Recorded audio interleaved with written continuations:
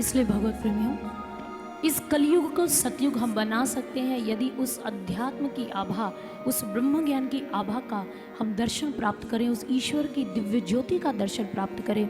और ये संभव हो सकता है, वो स्थिर बिंदु हमारे भीतर है, वो जो सार्वभौमिक तत्व आत्म रूप में है, परंतु दिखाने वाला गुरु चाहिए, मात्र बातें करने वाला नहीं।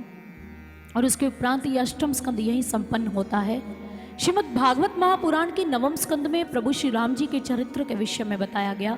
समय अभाव होने के कारण हम आपको पूरा नहीं समझा सकते, लेकिन उनके अवतारवाद और श्री कृष्ण जी के अवतारवाद का कारण तो एक ही रहा, धर्म की स्थापना करना और आसुरी प्रवृत्तियों का नाश करना।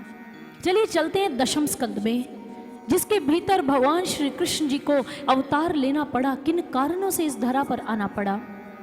अवतार के कारणों को जानने से पूर्व भगवान श्री कृष्ण जी के महान व्यक्तित्व पर एक दृष्टिपात अवश्य करेंगे, अवश्य एक नजर दौड़ाएंगे। भगवान श्री कृष्ण जी का व्यक्तित्व एक ऐसा संगम है जहां समस्त गुण धाराएं आकर मिलती हैं। वो समग्रता के साकार स्वरूप हैं। उनका व्यक्तित्व बहुआयामी चरित्र के स्वामी हैं। और इतना ही नहीं, वो एक ऐसा सरस मंडल है जहां विविध भावों के राग एक ही तान पर गूंजते सुनाई देते हैं।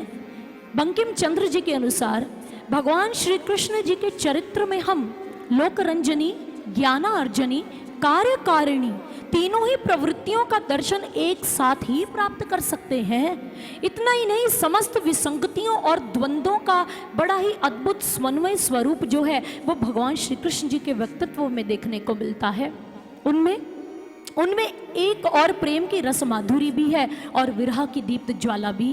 कहीं वो भक्ति की भावभीनी सुगंध बिखेरते हैं, तो कहीं वो सनातन धर्म की महिमावान गरिमा को प्रतिष्ठित करते हुए पाए जाते हैं।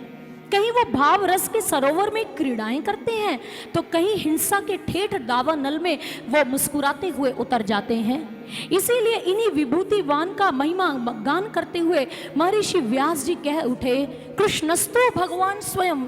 हे भगवान, हे श्री कृष्ण, आप पूर्ण भगवान हैं, आप 16 कला पूर्ण अवतार हैं, आपको बारंबार नमन है, बारंबार नमन है। भगवान श्री कृष्ण जी का रंग काला है।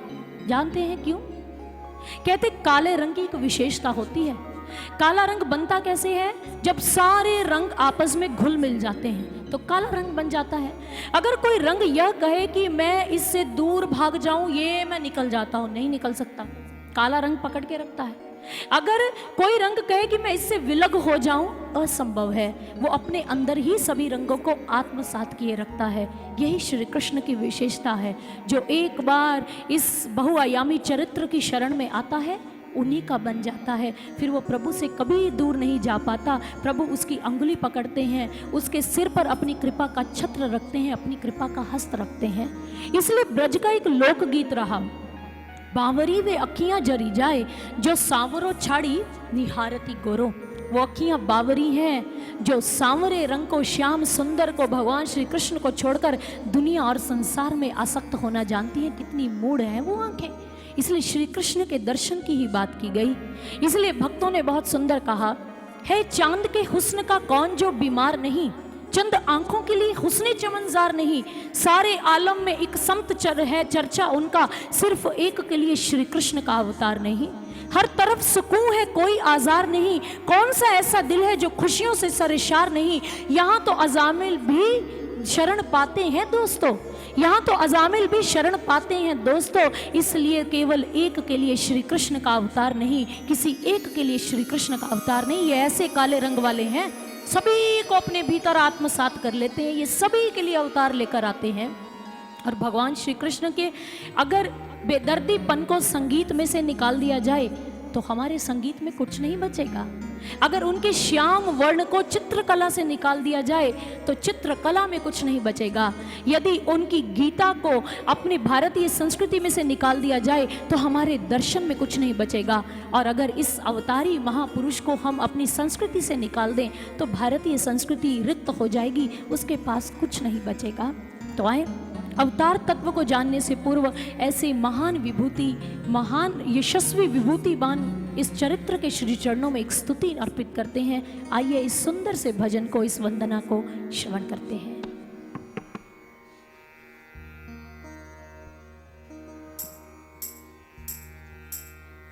कृष्ण कृष्ण हरे हरे कृष्ण कृष्ण कृष्ण कृष्ण कृष्ण कृष्ण हरे हरे कृष्ण कृष्ण कृष्ण कृष्ण कृष्ण कृष्ण हरे हरे कृष्ण कृष्ण कृष्ण कृष्ण कृष्ण कृष्ण हरे हरे कृष्ण कृष्ण कृष्ण कृष्ण कृष्ण कृष्ण हरे हरे कृष्ण कृष्ण कृष्ण कृष्ण कृष्ण कृष्ण हरे हरे कृष्ण कृष्ण कृष्ण।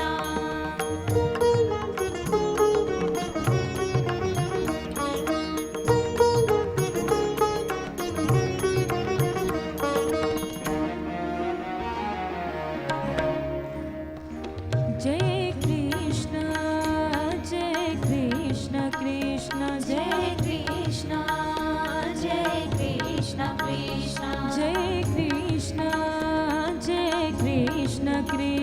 जय कृष्ण कृष्ण जय कृष्ण कृष्ण जगत गुरु भगवान महिमा तेरी गाते जाए महिमा तेरी गाते जाए दो ऐसा वरदान जय कृष्ण कृष्ण जय कृष्ण कृष्ण जय कृष्ण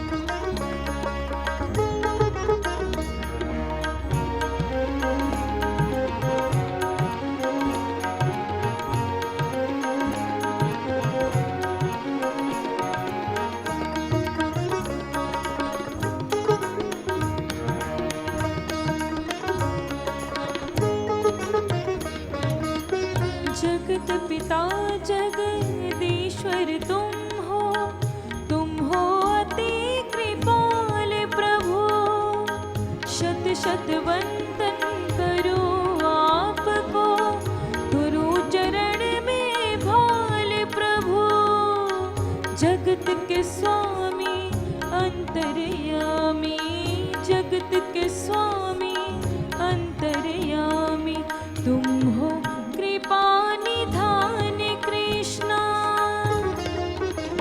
जय कृष्णा कृष्ण जय कृष्ण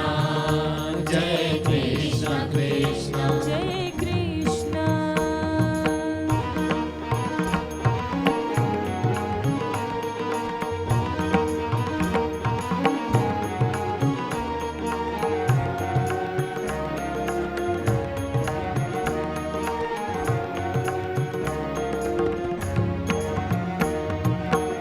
वसुदेव सुत हे यदुनंदन मोहन कृष्ण मुरारे प्रभु जा पर होती कृपा आपकी भव से बेड़ा पार प्रभु एक तरस में मिट जाते हैं एक तरस में मिट जाते हैं लोभ मोह अज्ञान कृष्णा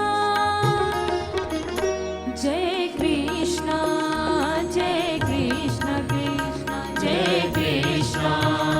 जय कृष्ण कृष्ण जगत गुरु भगवान महिमा तेरी गाते जाए महिमा तेरी गाते जाए दो ऐसा वरदान जय कृष्ण कृष्ण जय कृष्ण कृष्ण जय कृष्ण जय कृष्ण कृष्ण जय कृष्ण इसलिए भगवान श्री कृष्ण को अपने भक्तों के उद्धार के लिए कल्याण के लिए इस धरा पर आना पड़ा। भगवत प्रेमियों कहते हैं जब पिशाचों का तांडव चारों ओर बढ़ जाए कौरवों का आतंक सभी दिशाओं में स्थापित होने लग जाए वो विस्तार करने लग जाए साधु संतों मनीषियों का अपमान हो तब इस धरा के ऊपर मनुष्य में मनुष्यता को उसकी गरिमा को मंडित करने के लिए, साधु सज्जनों का कल्याण उद्धार करने के लिए, आताताई आक्रांताओं का वध करने के लिए प्रभु इस धरा पर अवतार लेते हैं। अवतार का अर्थ क्या है? अवतरती इति अवताराः, ऊपर से नीचे उतरना। महर्षि अरविंद जी ने भी कहा अवतरणम अवताराः इति अवतारा, अर्थात जो ऊपर से नीचे आता है। ये ऊपर से नीचे आना क्या है? वैकुंठ छोड़कर, ब्रह्मलोक छोड़कर नीचे आना नहीं, वो प्रभु तो कण कण के अंदर स्थित है। इस अवतार का अर्थ होता है सूक्ष्म का स्थूल की ओर बढ़ना, निराकार का साकार हो जाना, निर्गुण का सगुण में परिणत हो जाना। इसीलिए ब्रह्मा जी भागवत महापुराण में भी कहते हैं प्रभु से, हे प्रभु आप तो दीनानाथ हैं, करुणावश भक्तों की रक्षा के लिए अवतार धारण करते हैं, निराकार से साकार बनते हैं, परंतु आपकी लीला कब, कहाँ, किस समय में कितनी होगी, कहाँ आप क्रीड़ा करेंगे, दर्शन देंगे, ये इस संसार में आपके अतिरिक्त कोई नहीं जान सकता है नाथ, क्योंकि आपके जन्म और कर्म दोनों ही दिव्य हैं। और ये परम उत्तम बात है। इसी बात को श्रीमद् भगवद गीता में भी श्री कृष्ण कहते हैं, जन्म कर्म च में दिव्यं एवं यो वेति तत्वतः त्यक्त्वा देहं पुनर्जन्म नेति मामेति सो अर्जुन। हे अर्जुन, यद्यपि मेरा जन्म और कर्म दोनों दिव्य है, अलौकिक है, तथापि मैं अपनी माया को अपने अधीन करके अपने भक्तों का कल्याण करने के लिए आता हूँ। ये बात हमें याद रखनी होगी भगवत प्रेमियों। वो जो अवतारी महापुरुष धरा पर आते हैं, उस अवतार के मूल में करुणा होती है, दया होती है, दयाद्र होकर आते हैं। वो कर्मों के वशीभूत होकर नहीं आते, कर्मों के वशीभूत होकर साधारण हम जैसे मनुष्य आते हैं, जिनको कर्मों का भुगतान इस संसार में करना होता है, लेकिन वो अवतारी महापुरुष करुणावश आते हैं। और यही श्रीमद् भगवद गीता में अन्यत्र भी कहा गया, न मांग कर्माणि लिम्पति न में कर्म फले स्पृहा यो इति मांग जानाति स कर्म भीरन सबध्यते। अर्थात ना तो मैं कर्मों में लिप्त होता हूँ, न कर्मों में मेरी स्पृहा है पार्थ।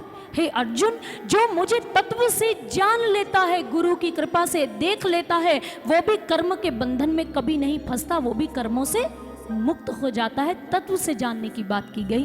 और इसी करुणा को देखकर रविंद्रनाथ ठाकुर जी अपनी प्रार्थना में सुबह सुबह पूजा में कहा करते थे, तोई तोमार आनंद आमार पर।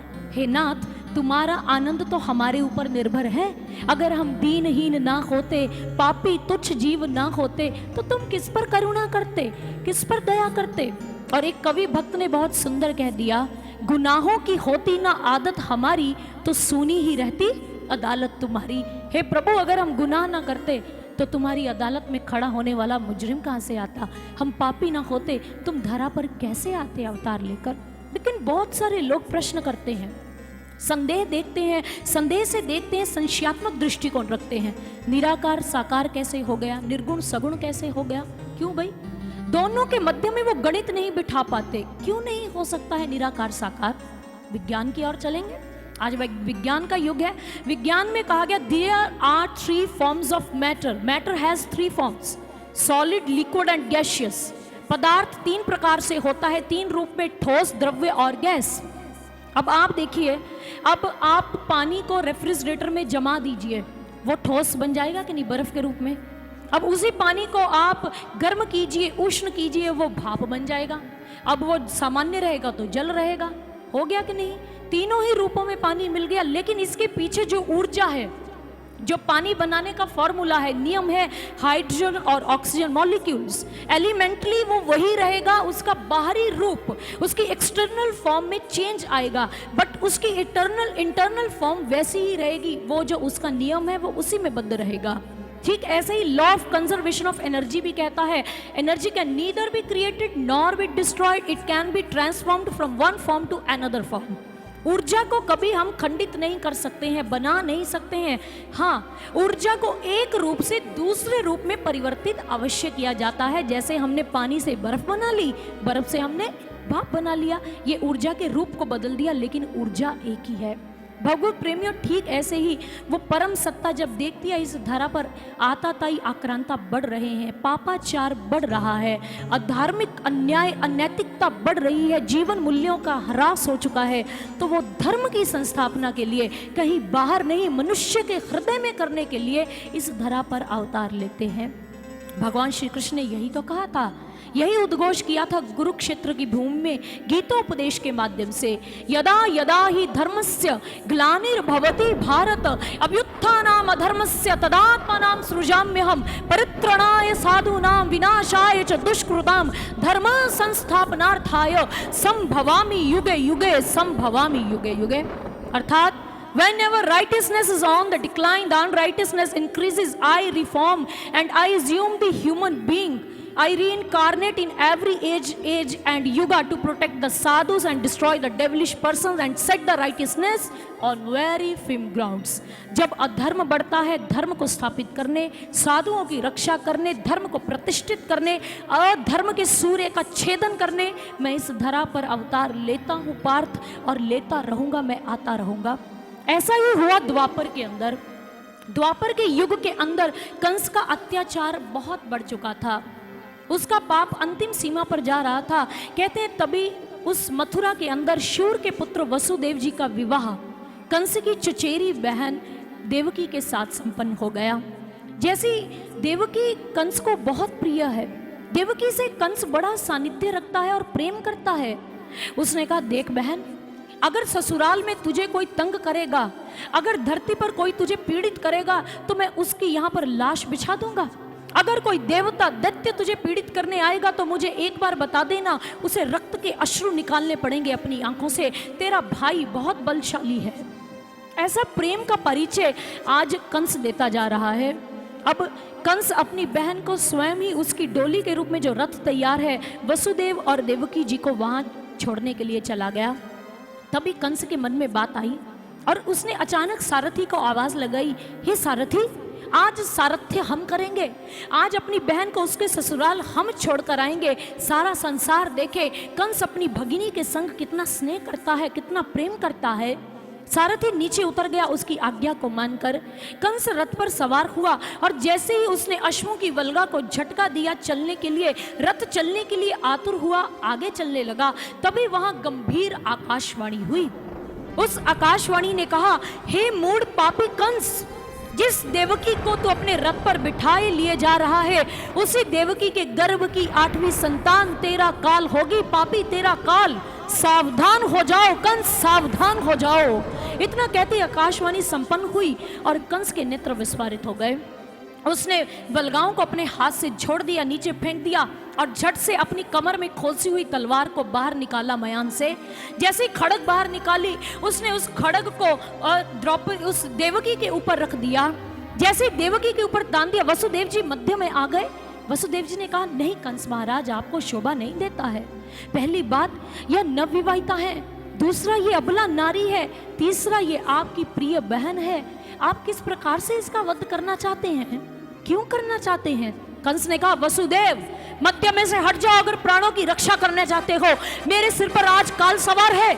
अगर विधाता ने, ब्रह्मा ने ये चेतावनी मुझे दी है, इसके गर्भ की संतान मेरा मृत्यु होगी, मेरा काल होगा, तो फिर मैं भी विधाता के तुर्नीर से निकले हुए एक एक बाण को खंडित कर दूंगा।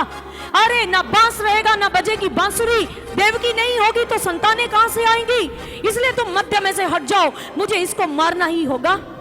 कंस की बात सुनकर वसुदेव जी ने कहा, ना, नीति यह नहीं कहती है आप नारी का वध करें, एक अबला का वध, नवविवाहिता का वध, और वो भी आपकी कन्या के रूप में जो बहन है उसका वध आप करेंगे कंस? नहीं, यह शोभनीय कृत्य नहीं है आपके लिए। कंस ने कहा, हे वसुदेव, राजनीति यह नहीं कहती है कि ये कन्या है, नवविवाहिता है या अबला है। राजनीति एक बात की सीख देती है, अपने प्राणों की रक्षा करो बस। किसी भी प्रकार से अपने वर्चस्व को बचाओ, स्थापित करो बस, हमें वही करने दो, तुम मध्य में से हट जाओ। वसुदेव ने कहा, नहीं नहीं कंस महाराज, आपको मैं आश्वस्त करना चाहता हूँ, मैं एक वचन देता हूँ, मैं देवकी की प्रत्येक संतान को आपके पास स्वयं लेकर आऊंगा। आप जो भी उसके संग करना चाहें आप कर सकते हैं। कंस रुक गया, उसने मयान में पुनः अपनी खड़ग को डाल लिया।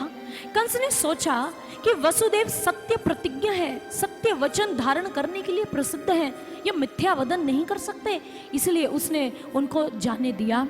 जैसे ही जाने दिया, कुछ दिनों के उपरांत, मास के उपरांत, जैसे ही देवकी की यहाँ पहली संतान हुई और वसुदेव जी उसको लेकर कंस के पास चले गए।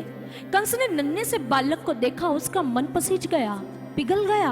अरे नन्हा सा है, इसने मेरा क्या बिगाड़ा, मेरा भांजा ही तो लगता है। नन्हा सा शिशु देखो, इसकी मुस्कान कितनी अबोध है, इतना निर्बल है, मैं इसे मारकर क्या कर लूंगा। मुझे भय और डर 8वीं संतान से है, पहली से नहीं।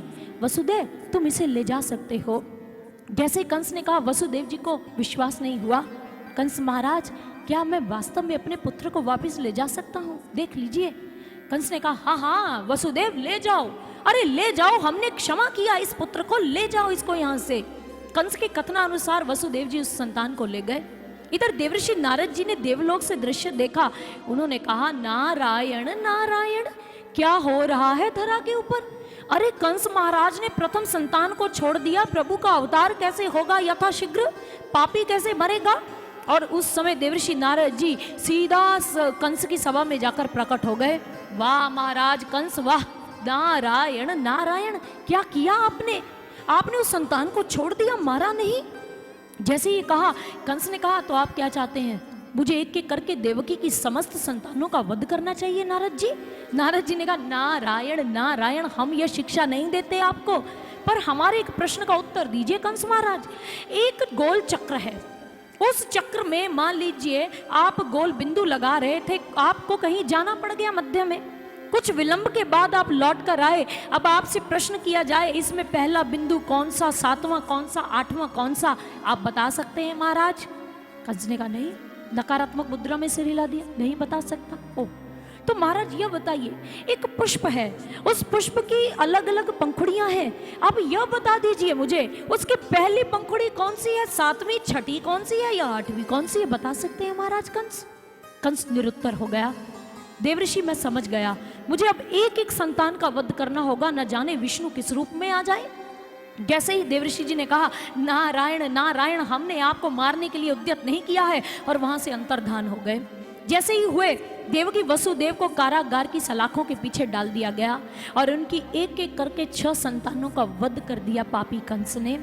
जैसे ही वध हुआ, लोग कहते हैं, भाई देवर्षि नारद को क्या पड़ी थी बीच में आने की, इतना अच्छा तो था वो संतान को छोड़ रहे थे। लेकिन आप क्या जाने नारद जी क्या कर रहे हैं, वो तो कल्याण ही करते हैं। नारम ददाति इति नारदा, जो प्रकाश बांटने वाले हैं, कल्याण करने वाले, वह नारद हैं। नारद जी ने देखा, इसने बालक को छोड़ दिया। कंस पाप नहीं करेगा तो घड़ा कैसे भरेगा, घड़ा नहीं भरेगा तो शीघ्र कैसे मरेगा भाई। उन्होंने देखा अवतार ऐसे नहीं होते, जब पापी का घड़ा भर जाता है उसे फोड़ने के लिए प्रभु आते हैं, छोड़ देगा तो घड़ा नहीं भरेगा। उन्होंने तो प्रभु के एक क्रम को आगे बढ़ाने के लिए ऐसा किया। और इधर जैसे 6 संतानों का वध हुआ, ऊपर वैकुंठ पे भगवान विष्णु ने अपने शेषनाग को आमंत्रित किया। शेषनाग जी वहां उपस्थित हुए। उन्होंने कहा, कहिए प्रभु मेरे लिए क्या आज्ञा है, क्या निर्देश है? प्रभु ने कहा, अब आप जाएंगे, आप माता देवकी के गर्भ में स्थापित होंगे और आप हमारे भाई बनकर इस संसार में आएंगे। शेषनाग जी ने कहा, प्रभु मैं आपका कोटि कोटि धन्यवाद करता हूँ, आपने मुझे बड़ा भाई बनने का सौभाग्य दिया है प्रभु, बहुत अच्छा किया, छोटा नहीं बनाया। प्रभु ने कहा, क्यों शेषनाग जी, ऐसा क्यों कह रहे हैं? शेषनाग जी ने कहा, प्रभु आपको याद है त्रेता में क्या हुआ था? जब मैं लखन बनकर आया, आप मेरे प्रभु श्री राम रहे। जब आप वन वन जाते थे प्रभु नंगे चरण लेकर, आपके चरणों में कांटे बिंध जाते थे और रक्त की धारा उसमें से प्रवाहित होने लगती। प्रभु वो रक्त आपके चरण से नहीं निकलता, मेरे हृदय से बहता था। मैं अनुज था, इसलिए आपको आज्ञा नहीं लगा सकता था कि नहीं राम जाओ, महलों में लौट जाओ, तुम्हें कितनी पीड़ा हो रही है, कम से कम इस जन्म में तो मैं आप पर आज्ञा लगा सकूंगा ना प्रभु, आपका भ्राता बनकर आ रहा हूँ। प्रभु ने कहा, जाइए तो सही धरा पर, नीचे जाकर लीला करने पे पता चलेगा कौन किसका कहना मानता है अब की बार में और कौन किसके हाथ में आता है। शेषनाग जी गए, देवकी माँ के गर्भ में स्थापित हो गए और इधर योग माया को प्रभु ने बुलाया, हे योग माया शीघ्र प्रकट हो जाओ। योग माया वहां पर प्रकट हुई। बोलिए दीनानाथ क्या आदेश है अपनी माया के लिए? प्रभु ने कहा, तुम उन संकर्षण भगवान का अर्थात शेषनाग जी का संकर्षण करके देवकी माता के गर्भ से निकालकर रोहिणी जी के गर्भ में स्थापित कर दो और स्वयं तुम यशोदा माँ के गर्भ में जाकर निवास करना, और अब हमारा धरती पर आने का समय हो गया है। योग माया ने ऐसा ही किया और कहते हैं धरा के ऊपर संकर्षण भगवान बलभद्र जी का एकादशी के दिन में जन्म हो गया, अवतार हो गया। और उसके उपरांत इधर सारे शुभ लक्षणों से सुसज्जित हो गई प्रकृति और सृष्टि। सारी सृष्टि प्रभु की प्रतीक्षा कर रही है, प्रभु कब आएंगे। और शुभ लक्षणों से सुशोभित वो घड़ी भी आ गई और कारागार की नीरवता के मध्य में भाद्रपद शुक्ल पक्ष की अष्टमी के अंदर भगवान श्री कृष्ण जी ने अवतार ग्रहण किया। और उस कारागार के अंदर जैसे ही अवतार लिया नन्हे से शिशु के रूप में, और इधर माता देवकी तो मूर्छित पड़ी हुई है। वसुदेव जी को प्रभु ने प्रेरित किया, जो 5 टोकरी पड़ी है इसमें डालो और मुझे गोकुल गांव में ले जाओ। वसुदेव जी ने यूं ही किया और यूं करने के लिए जैसे ही आगे बढ़े, देखा हाथों पैरों में तो बेड़ियां पड़ी हैं। तभी प्रभु की कृपा से, अनुकंपा से बेड़ियां टूट गई, वो स्वतंत्र हुए। टोकरी में अपने नन्हे से शिशु को उठाकर डाल दिया और उस टोकरी को सिर पर सवार कर लिया। अब द्वार के आगे आकर खड़े हो गए। ये कारावास का द्वार कैसे खुलेगा पता ही नहीं चल रहा। और तभी प्रभु की कृपा से, माया के प्रभाव से एक एक करके कारावास के सारे द्वार खुलने प्रारंभ हो गए। एक एक करके दरवाजे खुलते चले गए। जैसे ही द्वार खुलते जा रही हैं, वसुदेव जी बाहर निकले। कहते हैं कि मूसलाधार वृष्टि प्रारंभ हो गई। जैसे ही बारिश प्रारंभ हुई, इधर यमुना नदी मध्य में आ रही थी गोकुल गांव जाने के लिए। यमुना में बाढ़ आ गई, जल प्लावन हो गया और इधर यमुना तो अपनी सीमा से भी बाहर बहने लग पड़ी। वसुदेव जी ने जैसे ही अपना कदम उस यमुना में रखा, वो सिर तक आकंठ डूब गए। प्रभु जो टोकरी के अंदर स्थित है, उन्होंने कहा यमुना मैया मत करो ऐसा, मेरे बाबा को तंग मत करो, जाने दो गोकुल गांव, पापी कंस मामा उठ जाएगा। यमुना ने कहा वाह प्रभु वाह, जब त्रेता में राम बनकर आए, केवट की नौका में बैठकर गंगा के ऊपर कितने चक्कर लगाए थे आपने, आपको याद है कि भूल गए? तब तो आपको कोई शीघ्रता या जल्दबाजी नहीं हुई थी प्रभु। अब प्रभु मेरी बारी आई है, मुझे सौभाग्य मिला है, तो आप शीघ्रता दिखा रहे हो। इसलिए हे दीनानाथ, जब तक मैं आपके चरणों का स्पर्श नहीं कर लूंगी ना प्रभु, तब तक मेरा जल का स्तर नीचे नहीं उतरेगा। प्रभु ने कहा इतनी सी बात है मैया। प्रभु ने टोकरी से नन्हा सा चरण बाहर निकाला और उस समय यमुना मैया ने प्रभु के चरण का स्पर्श किया। जैसे ही जल ने स्पर्श किया, जल नीचे नीचे नीचे उतर गया और वसुदेव जी तट पर आकर खड़े हो गए, गोकुल गांव में आ गए। जैसे ही गोकुल गांव में आए, आज लगता है सारा ही गांव मूर्छा की नींद में डूबा हुआ है। और इधर नंद जी के आंगन में आकर देखा कि यशोदा जी के पास एक छोटी सी कन्या क्रीड़ा कर रही है, खेल रही है। उनको प्रभु की प्रेरणा हुई, उन्होंने यशोदा जी के समीप अपने पुत्र को रख दिया और उनकी सद्य जाता बालिका को उठाकर उस टोकरी में डाला और पुनः वापस आ गए। जैसे ही यमुना नदी को पार कर पुनः वापस आए तो कहते कारावास के द्वार बंद हो गए और उनके हाथों पांव में बेड़ियां पड़ गई। सज्जनों, 2 तथ्य हैं। जब जाने लगे बेड़ियां खुल गई, द्वार खुल गए। प्रभु ने समझा दिया, यदि मुझे अपने सिर पर सवार करोगे, अपने जीवन में मेरा दर्शन करोगे, तो तुम्हारे लिए ये बेड़ियां तो क्या, मैं तुम्हारे लिए मुक्ति के द्वार खोल दूंगा और माया की बेड़ियों को तोड़ दूंगा। जब वो वापस आए, द्वार बंद हो गए, बेड़ियां फिर से जकड़ गई, उनके शरीर को जकड़ने लग पड़ी। तो इसका अर्थ यही हुआ, प्रभु ने समझाया ये मेरी योग माया आई है, अगर मेरी माया को प्रथम स्थान दोगे, मुझे नहीं दोगे, तो तुम्हारे यहाँ पर बेड़ियां ही पड़ेंगी, तुम बंधनों में फंस जाओगे और तुम्हारे लिए मुक्ति के द्वार बंद हो जाएंगे। प्रभु समझा रहे हैं। और उसके उपरांत जैसे ही कन्या ने रोना और बिलखना प्रारंभ किया, उस कन्या की आवाज़ को, उस शिशु की आवाज़ को जैसे ही उन सैनिकों ने श्रवण किया, ऊंची ऊंची बालिका रो रही है, उन्होंने कंस महाराज को बता दिया, महाराज कंस की जय हो, महाराज कंस की जय हो, महाराज देवकी ने एक बालक को जन्म दिया है, उसके रुदन की आवाजें आ रही हैं, महाराज आप यथाशीघ्र चलिए काल कोठरी के भीतर। कंस दंदनाता हुआ बड़ी द्रुत गति से दरवाजों को खोलता हुआ देवकी के पास पहुंच गया। माँ देवकी ने रोती हुई बालिका को अपने सीने से लगा लिया, अपने अंक में ले लिया। ये तो कन्या है भैया, आज इसका भी वध कर देंगे। उसने अपनी कन्या को बहुत छुपाने का प्रयास किया। कंस ने कहा, देवकी ब्रह्मा के तूणीर का ये आखिरी बाण है, ये तुम्हारी 8वीं संतान है, दे दो इसे मेरे हाथों में। देवकी ने कहा, नहीं भैया मत मारो, ये एक बालिका है, कन्या है। क्या एक बालिका को जन्म दिया तुमने, क्या ये मेरा वध करेगी? असंभव है, असंभव। तभी कंस के मन में विचार आया, कंस विष्णु किसी रूप में भी आ सकता है, तुम्हारे काल के लिए, तुम्हें मृत्यु देने के लिए कोई भी रूप धर सकता है। कंस ने कहा, देवकी कोई बात नहीं, ये कन्या को मेरे हाथों में सौंप दो, ये मेरी आज्ञा है। देवकी ने कहा, नहीं भैया, मैं तुम्हें ये कन्या नहीं दूंगी, ये मेरी बालिका है, मेरी सुता है। कंस ने उसकी टांगों को पकड़ लिया और ये आधा भाग देवकी के हाथ में है। देवकी ने कहा, नहीं भैया, इसे मत मारो, ये बालिका है, देखो कितनी सुंदर है, भैया मत मारो इसको। और इधर कंस ने उसको छीन लिया और जैसे ही छीना, एक प्रस्तर शिला के ऊपर जैसे ही उसको पटक कर मारने लगा, जैसे अन्य बालकों के संग किया, तभी वो बालिका उसके हाथ से छूटकर आकाश में उसने अष्टभुजा नवदुर्गा भवानी का रूप धारण कर लिया। जैसे ही रूप धारण किया, पीछे से ध्वनियां आने लग गई, या देवी सर्वभूतेषु चेतनेत्यभिधीयते नमस्तस्यै नमस्तस्यै नमस्तस्यै नमो नमः। उस मां ने फिर से उद्गार किया, पापी कंस, तू एक बालिका की हत्या करना चाहता है रे मूढ़, तेरा काल तो कब का जन्म ले चुका है अन्यत्र स्थान पर, तेरी मृत्यु अवश्यम भावी है कंस, अवश्यम भावी है। इतना ही कहते हुए चेतना स्वरूप मां वहां से अंतर्धान हो गई, वहां से अदृश्य हो गई। कंस को समझ नहीं लग रही क्या हुआ, कारावास से बाहर अपने महल में आ गया।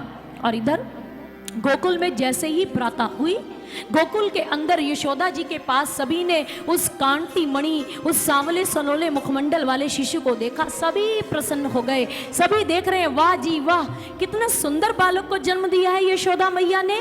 सभी बधाई देते हैं, नंद को बधाई हो, यशोदा जी को बधाई हो, गोकुल वासियों को बधाई हो।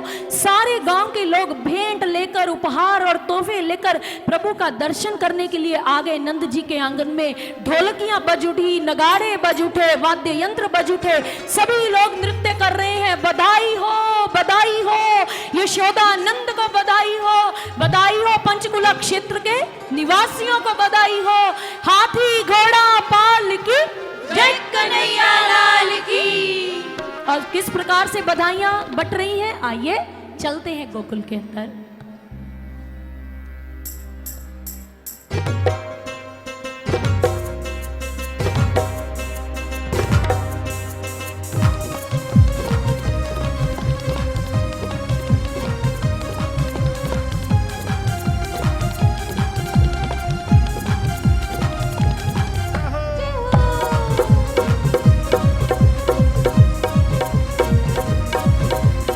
सा धनी मा ध म प म ग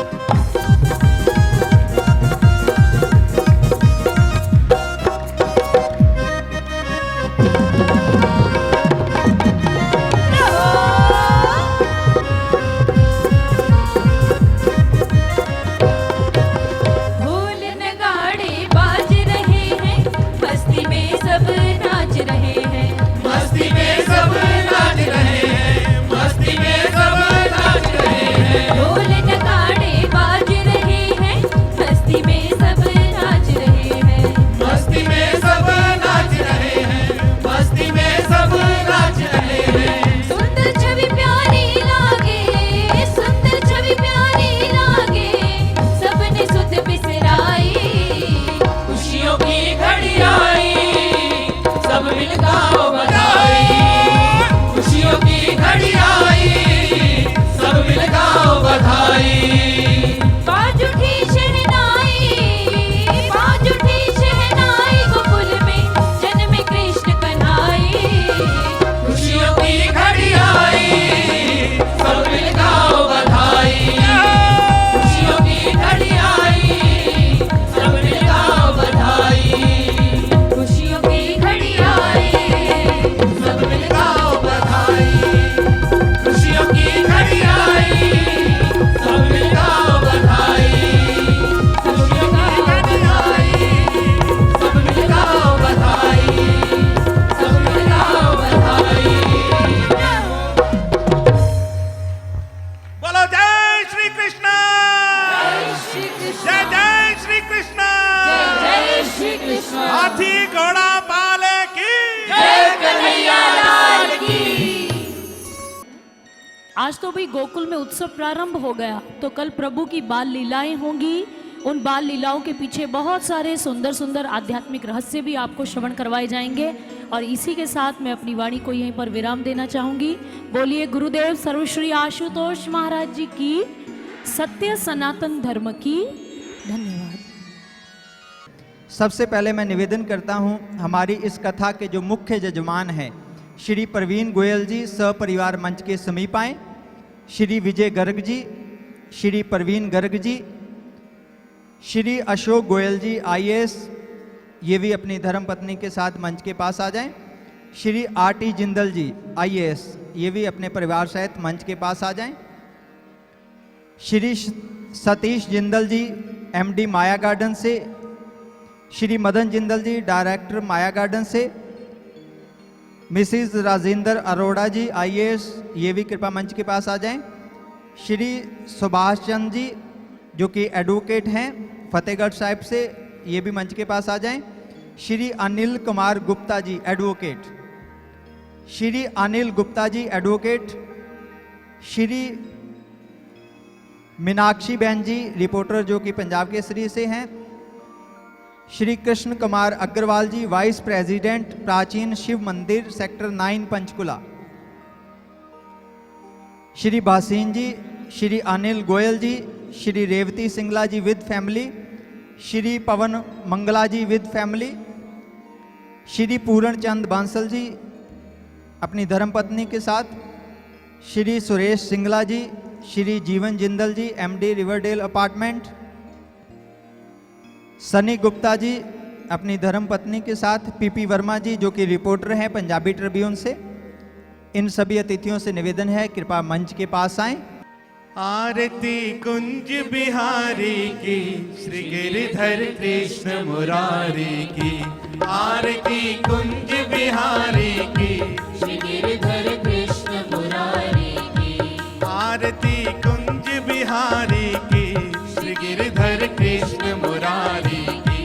आरती कुंज बिहारी की, श्री गिरिधर कृष्ण मुरारी की। गले में वैजंती माला, गले में वैजंती माला बजावे मुरली मधुर बाला। बजावे मुरली मधुर बाला। श्रवण में कुंडल झलकाला, श्रवण में कुंडल झलकाला। नंद के आनंद नंद लाला। नंद के आनंद नंद लाला।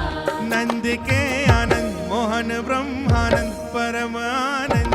राधिका रमण बिहारी की, श्री गिरिधर कृष्ण मुरारी की। आरती कुंज बिहारी की, श्री गिरिधर कृष्ण मुरारी की। गगन समयंग क्रांति काली, गगन समयंग कांति काली। राधिका चमक रही आली। राधिका चमक रही आली। लतन में ठाणे वनमाली। तन में ठाणे बनमाली।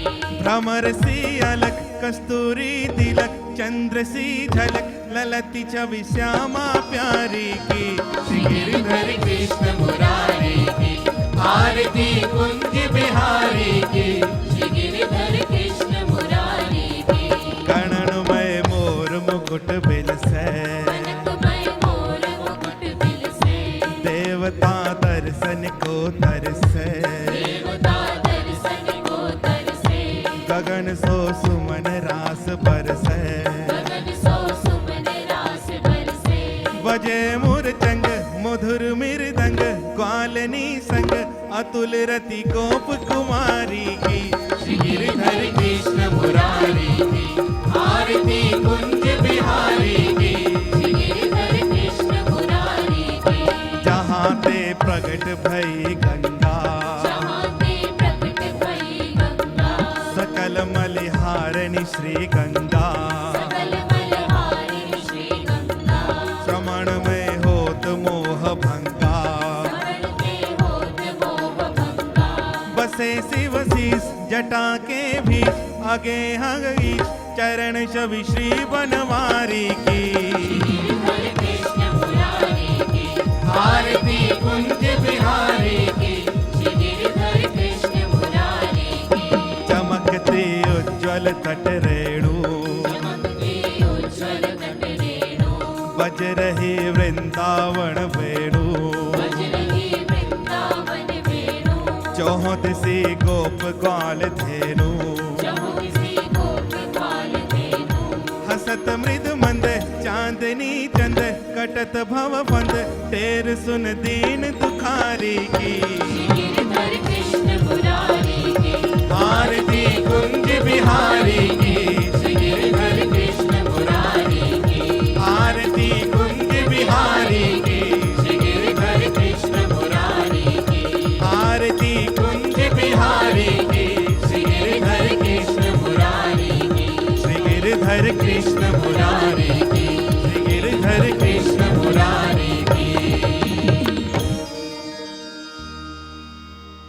कर्पूर गौरम करुणावतारम संसार सारम भुजगेन्द्रहारम सदा वसंतम हृदयारविंदे भवं भवानी सरितं नमामि भवं भवानी सरितं नमामि त्वमेव माता च पिता च